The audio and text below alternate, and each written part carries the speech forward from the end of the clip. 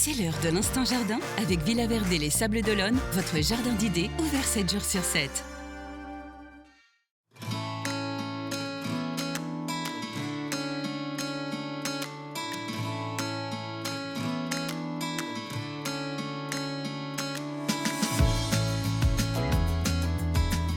Bonjour Jean-Marc. Bonjour. Alors aujourd'hui, on va s'intéresser à la fraise. Toi, tu es expert chez Villa Verde. Tu vas nous indiquer comment on va faire pour pouvoir avoir de belles fraises durant l'été, notamment. Quelle est la période idéale? Alors la période idéale, c'est l'automne. Oui. Alors on peut également les planter au printemps, mais c'est vrai que la période principale, c'est quand même l'automne. Ouais, parce qu'on a tendance à vouloir les mettre au printemps. Sauf que pour les manger au printemps ou l'été, il est préférable que le pied ait eu le temps de s'implanter. C'est ça. Et l'avantage à l'automne, c'est que le sol il est chaud, réchauffé de l'été, et il pleut naturellement. Donc le pied s'enracine beaucoup plus facilement et il tiendra mieux l'an prochain lorsqu'il y aura des fortes chaleurs en plein été. Ouais. Et au niveau de l'exposition, est-ce qu'il y a un endroit qui est plus idéal, on va dire? Alors, le soleil, pour faire rougir la fraise, c'est quand même mieux. Cependant, avec l'expérience de cette année, on se rend compte que le fraisier a quand même, peut avoir soif en plein été. Donc le mettre mi-ombre, ça serait l'idéal. D'accord. Et au niveau des variétés, qu'est-ce qui existe comme variété de fraises? Des variétés. Il existe une multitude de variétés, entre des variétés remontantes et des non remontantes. Ok, alors la différence? La différence des remontantes, ce n'est pas grimpant. C'est que ça remonte en floraison durant plusieurs mois. D'accord. Donc pour les petits jardins, c'est parfait, puisque avec peu de fraisiers, on peut quand même en récolter pendant 3 ou 4 mois. Voilà. Alors on a toutes ces variétés qui sont ici. Vous voyez, elles donnent de juillet à octobre.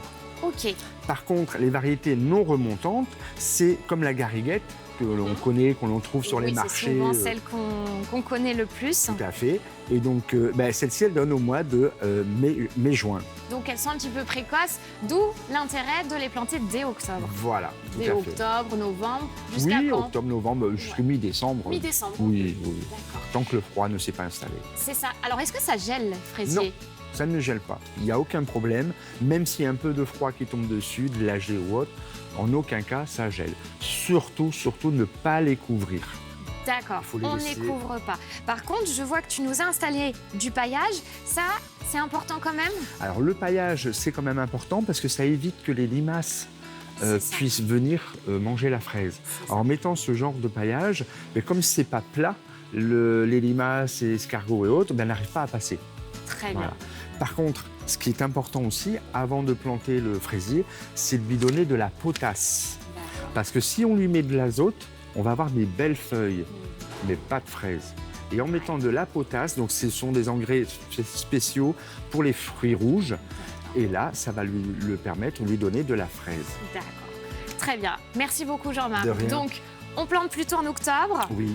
On met du paillage, c'est l'idéal, notamment pour pas qu'ils aillent grignoter les petits escargots, les petites limaces. Voilà. Et puis de l'engrais. Parfait. Et on aura de très belles fraises durant l'été. Tout à fait. Très bien, merci beaucoup. De rien.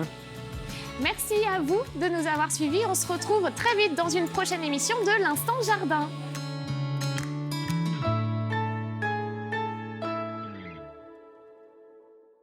C'était l'Instant Jardin avec Villa Verde les Sables d'Olonne, jardinerie, fleuriste, animalerie, déco d'intérieur et d'extérieur.